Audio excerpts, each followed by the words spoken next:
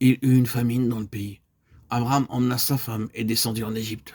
Genèse 12:10. Ils n'étaient que deux, et l'entreprise comportait un grand danger. Cependant, Dieu agit en leur faveur. Il intervint et les protégea. Le Seigneur nous préserve pareillement de nombreuses embûches d'une manière invisible. La nouvelle naissance ne nous transforme pas en êtres surnaturels. Nous devons faire face à des problèmes humains, bien que nos corps restent d'argile et qu'il nous faille affronter les épreuves, l'affliction, les souffrances, la maladie, toutes sortes de déceptions. Nous remarquons que Dieu nous protège d'une manière constante.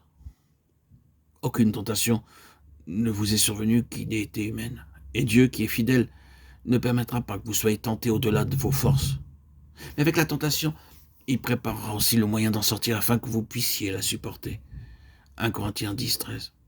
Car je vous écris aussi dans le but de connaître et en vous mettant à l'épreuve si vous êtes obéissant en toutes choses. 1 Corinthiens 2:9.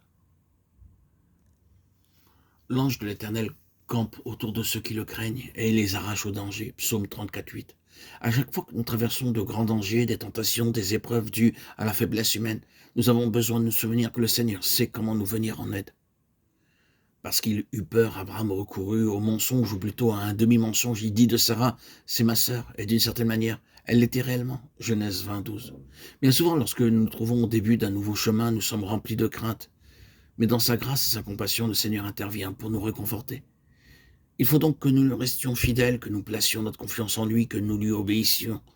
Et alors nous progresserons pas à pas dans la vie spirituelle et la foi. Aucune tentation ne vous est survenue qui n'ait été humaine. Et Dieu, qui est fidèle, ne permettra pas que vous soyez tentés au-delà de vos forces. Mais avec la tentation, il préparera aussi le moyen d'en sortir afin que vous puissiez la supporter. 1 Corinthiens 10:13. Car je vous ai écrit aussi dans le but de connaître en vous mettant à l'épreuve si vous êtes obéissant en toutes choses. 1 Corinthiens 2:9. Une fois que vous êtes sauvés, beaucoup pourront parvenir au salut par votre intermédiaire et à travers eux, un grand nombre d'autres personnes pourront en bénéficier à leur tour, un par un. Nous deviendrons tous partie intégrante de sa famille et par nos prières, notre témoignage, notre amour, notre service et toutes sortes de moyens, d'autres pourront être arrachés au monde. Lorsque le Seigneur nous bénit, nous commençons alors à recevoir de Dieu jour après jour toutes sortes de bénédictions éternelles et spéciales. À cause de la nouvelle vie et de son amour, nous avons une paix, une joie, un amour et une amitié qui ne cessent plus. Lorsqu'un homme meurt, son souvenir disparaît complètement, mais s'il a compté parmi les plus grands de ce monde, mais celui qui est né de nouveau, et tous ceux qui appartiennent au Seigneur Jésus-Christ seront recueillis au ciel à leur mort, en qualité de roi et de prêtre.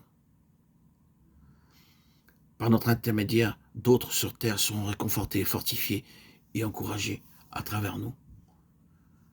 Lorsque le Seigneur nous annonce dans Genèse 12:2-3, « Je bénirai ceux qui te béniront », cela signifie exactement ce que la promesse veut dire, « Et je maudirai ceux qui te maudiront », qui est l'assurance qui ne tolérera pas qu'une arme quelconque de l'ennemi prospère contre nous.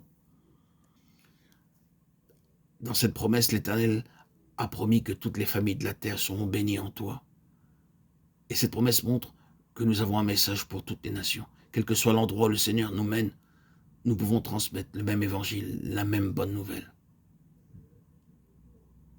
Telle cette promesse a été adressée à Abraham par l'Éternel, ainsi elle est adressée à nous, tout enfant de Dieu que nous sommes. Genèse 12:2-3.